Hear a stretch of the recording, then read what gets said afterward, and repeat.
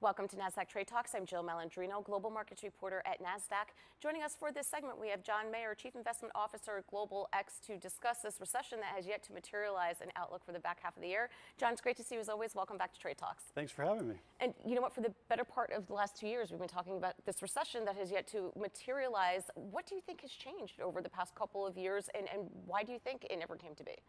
Well, I think it really comes down to the consumer. The consumer has been very, very resilient, despite the fact that credit card debt is over $1 trillion, despite the fact that student loan payments are going to start in October. This consumer is really propelling the market.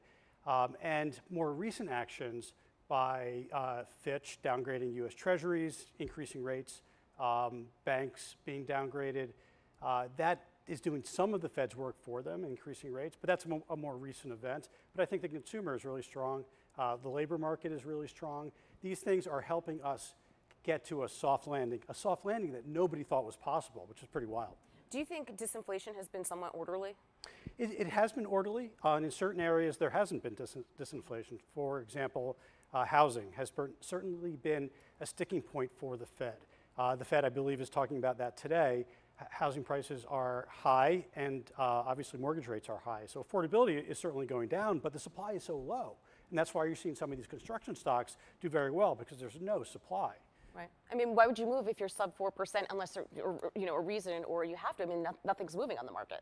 Very, very little is moving. There's a certainly natural course of life. People, want to buy a house as they, go from jobs to getting older, or people want to downgrade.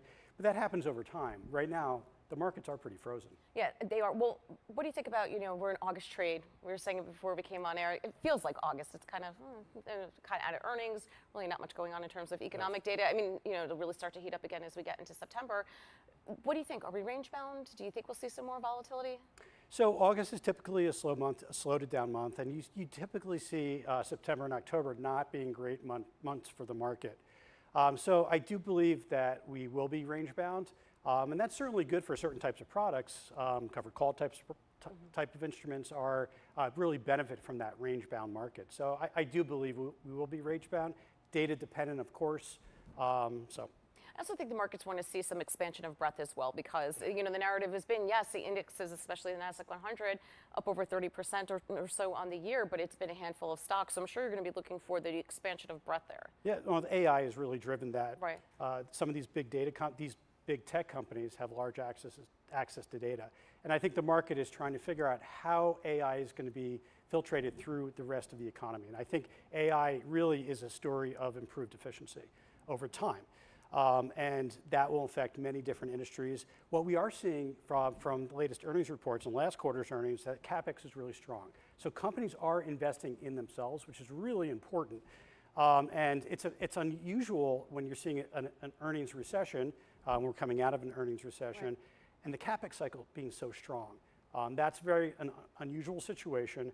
But I think that the AI story combined with that is really, the story is about improved efficiency, and that's what we expect going forward. I mean, CapEx is a good thing, right? I mean, it sets you up for future growth. That's the whole point of doing so. But I think what the market probably wants to see is, fine, we have this AI narrative out there, but what products are coming to market? Are you deriving revenue from it? How are you making up for all this capital that's been laid out there? But capital's not cheap now either.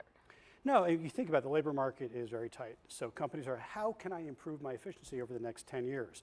There's been a major underinvestment in companies over the past 10 years, the last 10 years. Now the next 10 years, because of the labor markets, because of demographics, I think it's important for companies to improve their efficiency. Also, there's a lot of reshoring, friendly shoring going on, and companies are thinking about, where are we putting factories?